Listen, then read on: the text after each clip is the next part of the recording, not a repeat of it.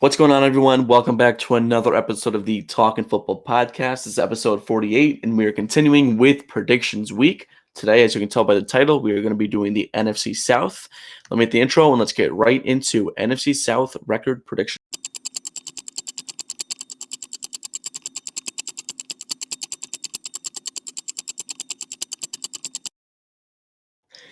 So yesterday I uploaded the NFC West, and I said that the Rams are going to win that division, as well as the Cardinals going 11-6 and likely making a playoff spot. Well, 11-6, you'll most likely make a playoff spot there.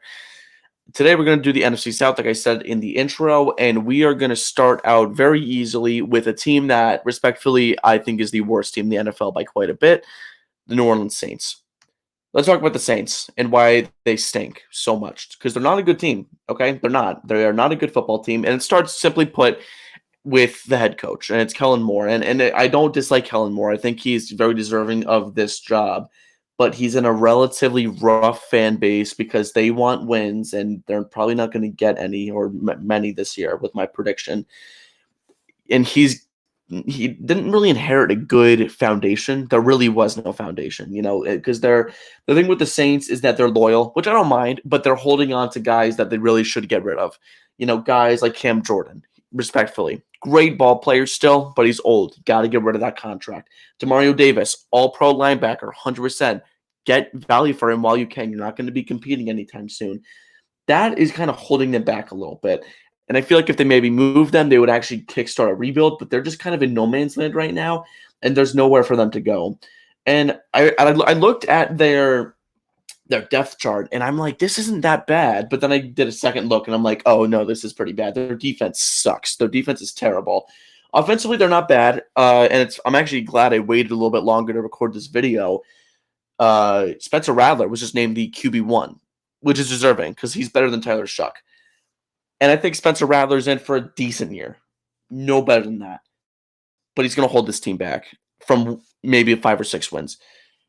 I like Alvin Kamara a lot. You know what you're getting with him. After that, Kendre Miller, good ball player as RB2. I'm a big Chris Olave guy, but he's hurt a lot.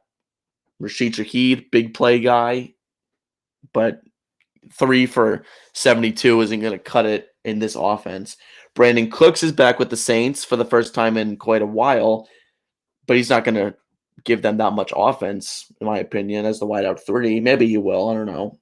Juwan Johnson, he's solid. Taysom Hill, you know what you're getting with those guys. After that, you're kind of like, what really are you getting after that? I mean, I know, actually, I will say I like the offensive line. I like Calvin Banks a lot. I think Trevor Penning is still developing. Same thing with Cesar Ruiz. I think Eric McCoy is one of the best centers in the league. And then Fuaga from Oregon State and entering his second year, I think he's in for a pretty good year as well. So they're definitely rebuilding the offensive line, which I'd like to see. So overall, their offense on paper, it's not that bad. I think the quarterback is definitely going to hold them back a little bit, but I don't think it's going to hold them back that much. I mean, I think this is a team that can score maybe 23 points a game, which I think is relatively average in the NFL. I think Kamara's in for a good year, and I think that's probably fair. But then you go to their defense, and you're like, ugh, just not really that good. Cam Jordan, Brian Brees, who hasn't really been good so far in his career. Carl Granderson is solid, I guess. Demario Davis and Pete Werner, you know what you're getting with them. They're good ball players. Chase Young got re-signed. He's all right, I guess. He's an okay player. He hasn't been super good. Their secondary stinks. I mean, Isaac Yiadom as a nickelback, Alante Taylor as an outside corner. You got the safeties, Justin Reed, who I actually do like. I like Justin Reed and Julian Blackmon. I like Justin Reed. I don't really like Julian Blackmon that much. He's solid, but not great. And then you have, in my opinion, the breakout on this team is Kool-Aid McKinstry. Kool-Aid McKinstry's in for a really good year, and I will post about that at the same time that this video drops on my Instagram. I have Kool-Aid McKinstry as a breakout, 100%. I have Alvin Kamara as the MVP of this team. And the thing is, you look at this and you're like, yeah, this team really sucks defensively. They're really bad. Offensively, they're not horrible. They're really going to need Spencer Rattler to step up if they want to even think about competing, but they're not in that realm yet. Even if they did want to compete, let's look at their schedule. Cardinals, Niners. The first 4 weeks. Cardinals, Niners, at Seahawks, at Bills. So you're going 0-4 there. They're going to go 0-4 there. It's NFC West 3 straight times. You're going 0-4. Then you have the Giants and the Patriots. You could win both of those games, but I don't think they will. I don't see that happening. That's 0-6. Bears on the road, that's 0-7. Bucks and Rams then. So in week 9, through 9 weeks, 0-9. Just like that.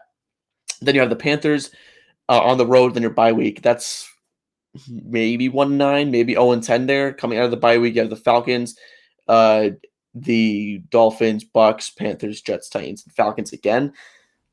I mean, that after the bye week, I see some wins happening there. I think the Panthers get the win when they're at home. I think they split most likely. So then the Saints get a win against the Panthers, and they probably take one from the Falcons, and then probably one from, or maybe not. Maybe the Falcons sweep them, and then they'll maybe beat the Jets and the Titans.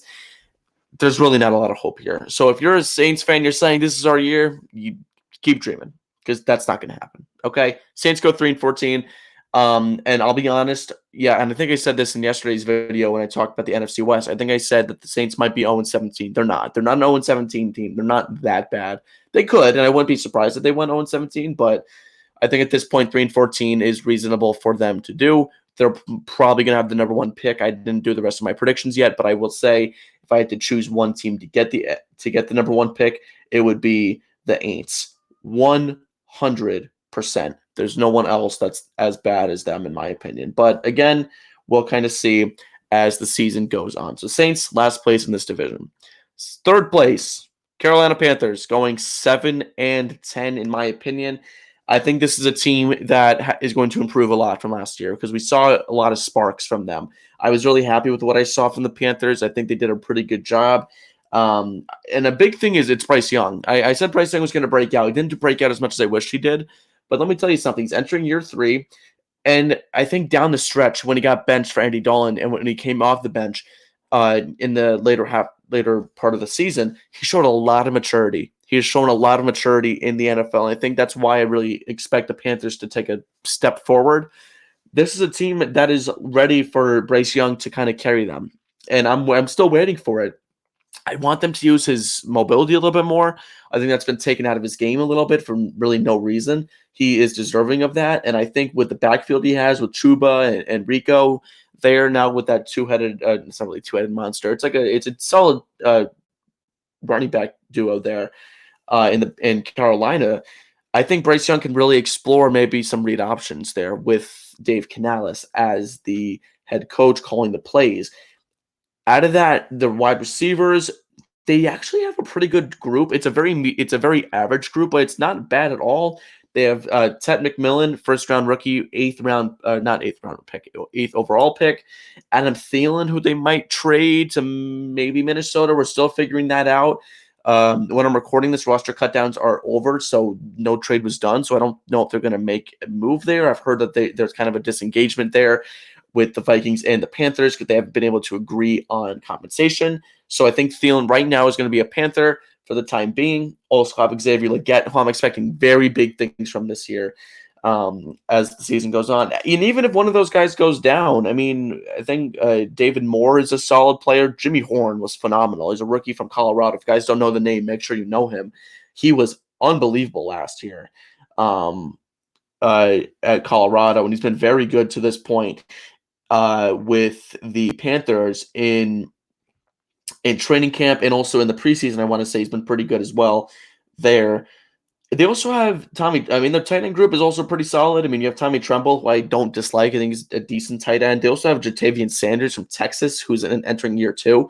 He made a lot of good plays. Not a lot. He made when needed. When his number was called, he did answer, which is nice to see. And that offensive line looks to be better than it has been recently. I don't think Young's going to be running for his life as much. Ike Ekwonu, they have. So they have him as the guy who's going to be protecting Bryce Young's blind side. Taylor Moton on the other side, who has been consistent with the Panthers for the last couple of years. Robert Hunt, who they gave a big contract to, he's the right guard there. I expect him to have a pretty good year. Left guard, Damian Lewis, he's always been pretty solid. And then in the center, it's Austin Corbett. That's a decent offensive line. So I expect the Panthers to kind of hold up there. So Bryce Young should theoretically have a solid year. But then you look at the defense, and this is where I'm starting to withdraw a little bit with how much I like them. The front seven stinks with all due respect, it stinks if we're being real. Ashawn Robinson, he's not a real pass rusher. If we're talking about pass rush, this is not a great team. Ashawn Robinson, Derek Brown. Derek Brown's a stud, 100%, but he's not going to get much done just by himself. Pat Jones just signed this offseason from Minnesota. We know what he can do, but I don't expect him to produce major numbers. You know what I'm saying? Linebackers. I mean, you have Christian Roseboom, DJ Wonham, Nick Skirton, who they just drafted. They have these are guys that I'm like they're not going to produce a lot of numbers there. In the secondary, Mike Jackson, not great as your starting outside corner. Tracy Hornby is locked down. We know that already.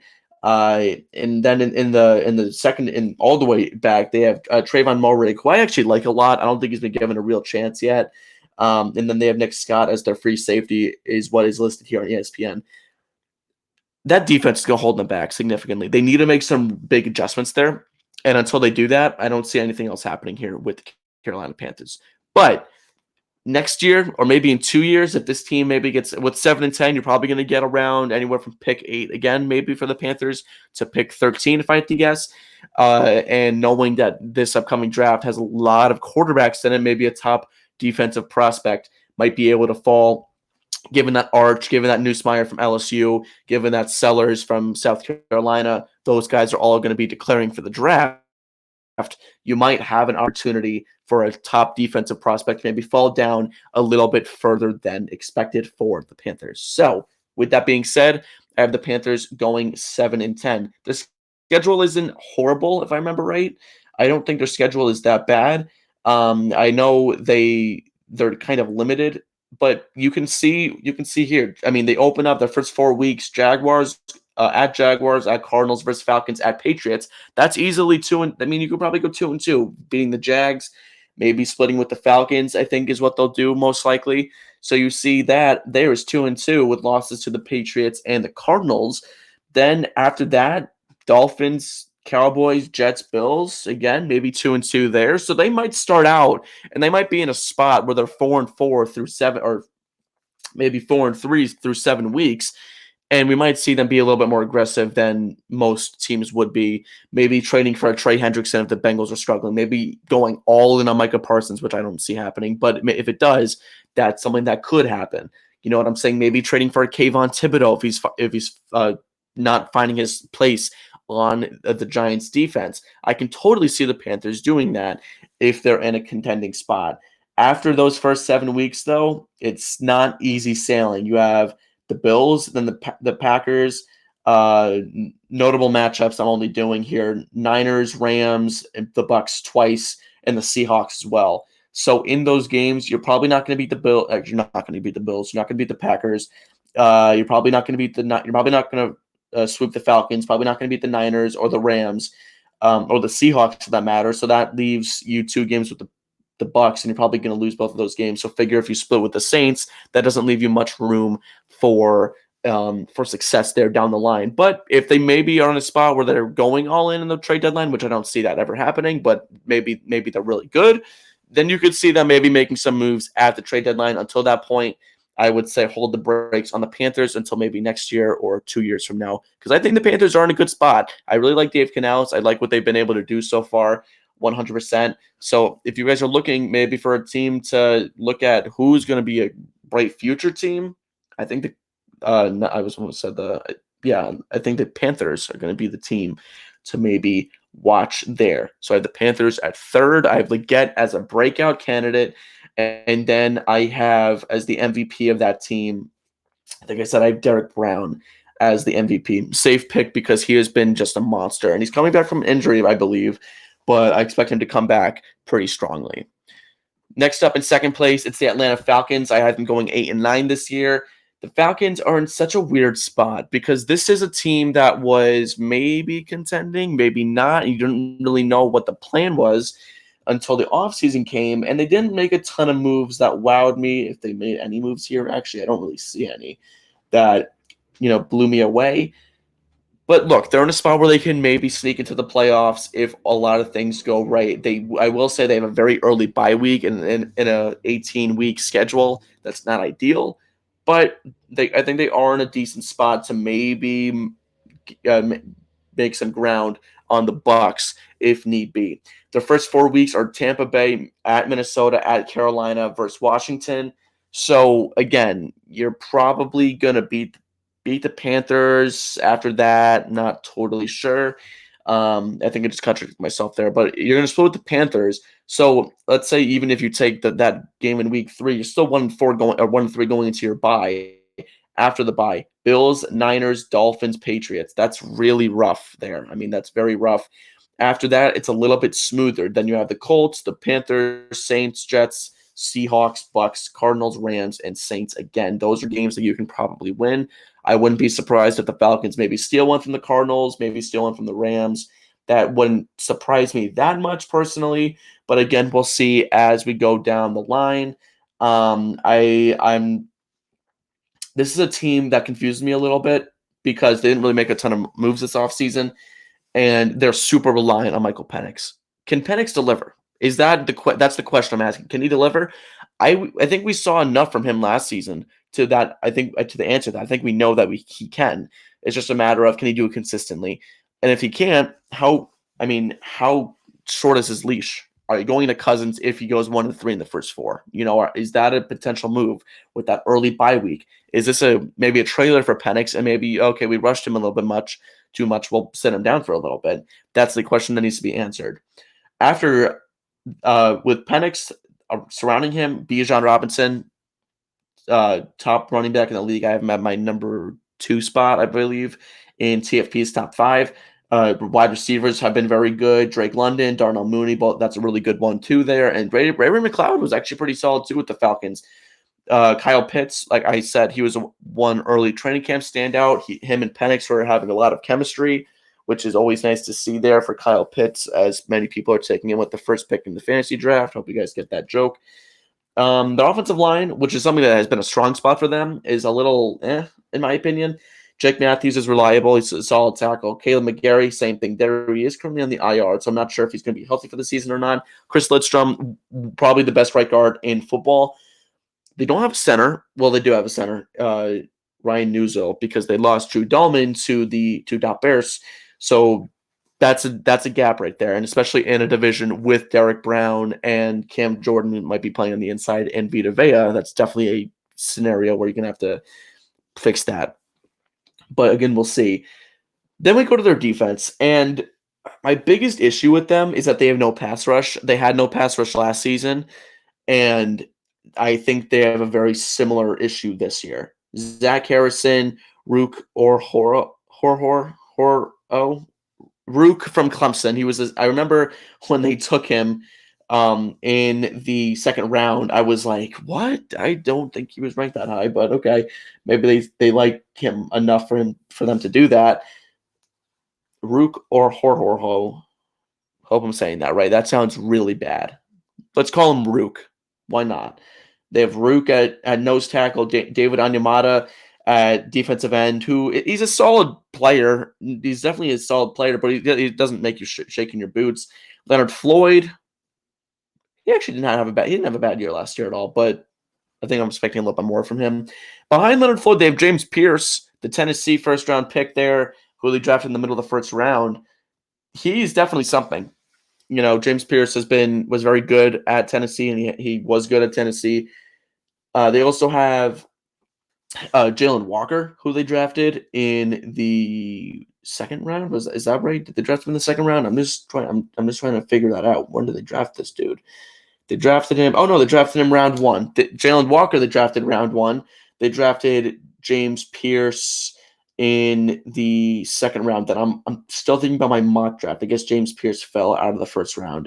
Let me make sure that that's correct, because I'm feeding you guys totally incorrect information. I thought that no, oh, he was. Okay, the Falcons had 2 first-round picks. I was right about that. So they drafted Jalen Walker and James Pierce. I expect both of them to find the field at some point this season, maybe even together. That would be great for the Falcons. But until that point, they're not listed as starters, so we're going to have to wait to see what happens with them. Their linebackers, I'm not a big fan of their linebackers, if we're being real. Caden Ellis is Divine Diablo, he's more of a safety, in my opinion. Arnold Abadiki is an edge rusher. So they're kind of lost there, the linebackers. I know they have Troy Anderson, who's currently hurt, it looks like. But the linebacker group is really poor. And again, going to bring up that point in a division with Chuba Hubbard, with Alvin Kamara, with Bucky Irving, with Rachaad White. You're going to need guys who are going to be able to produce there, and they don't have those guys. So that's definitely an issue. There's a secondary. They have notable names. They have A.J. Terrell and Jesse Bates, both at the top of their positions there.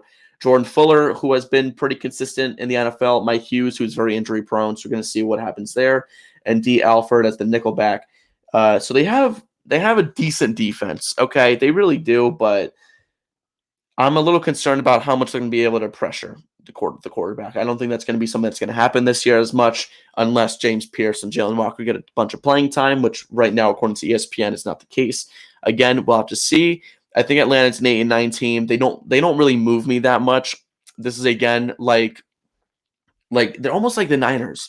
I think Atlanta would beat the Niners if they played them, but I think Atlanta's just a little bit more unlucky with their schedule that they're not going to have double-digit wins this year. I don't think they're at that point anyways, even if they had the Niners record. But again, maybe like the Panthers a year or two when Penix is does a little bit more developing. Maybe we'll see how that unravels.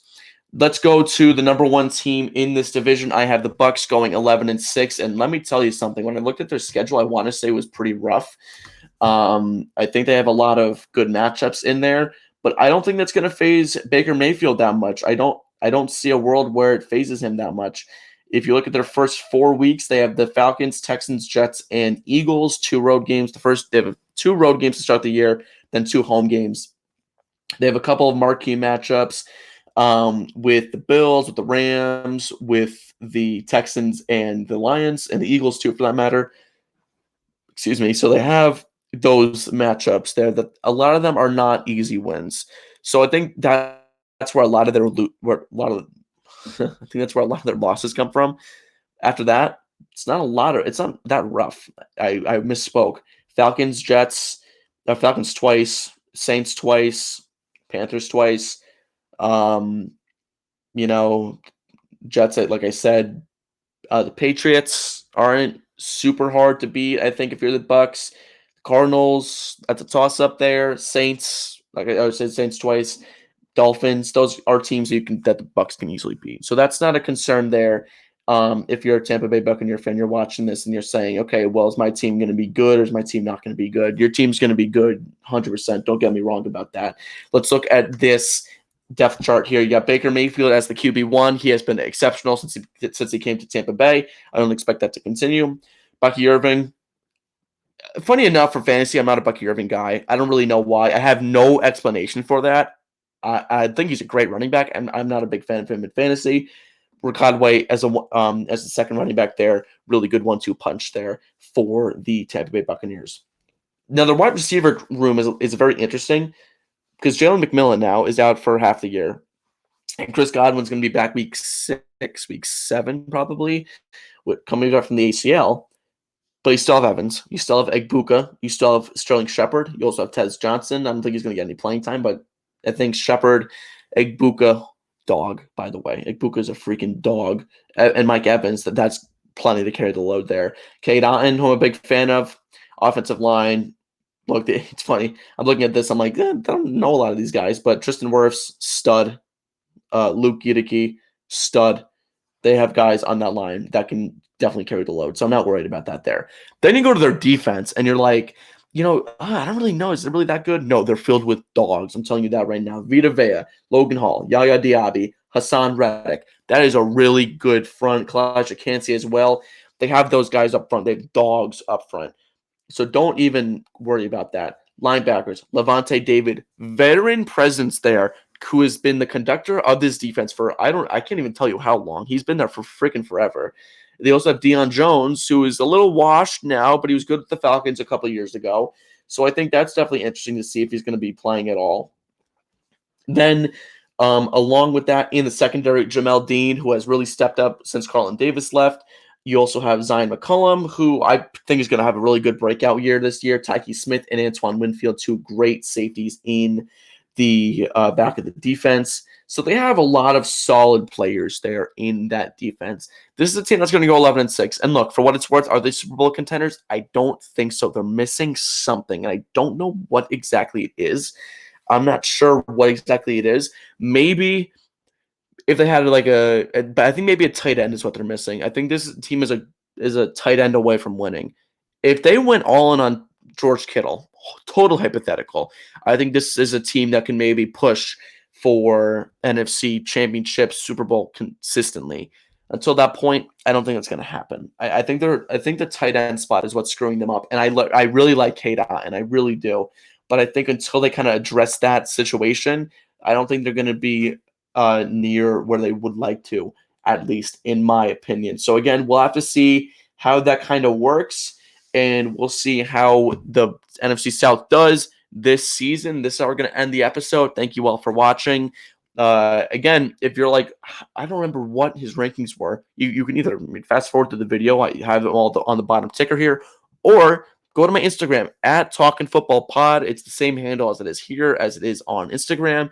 I'm posting all my record predictions by division. We posted the NFC West yesterday. Basically, once they upload the video, they're going to be uploaded on Instagram. So if you're like, oh, okay, I want to see a breakdown of this, use the link in my story. It expires after 24 hours. Or you can also use the link in my bio to go to my YouTube page and go to my recent videos to see my predictions. This is Talkin Football, and that's what I say about that.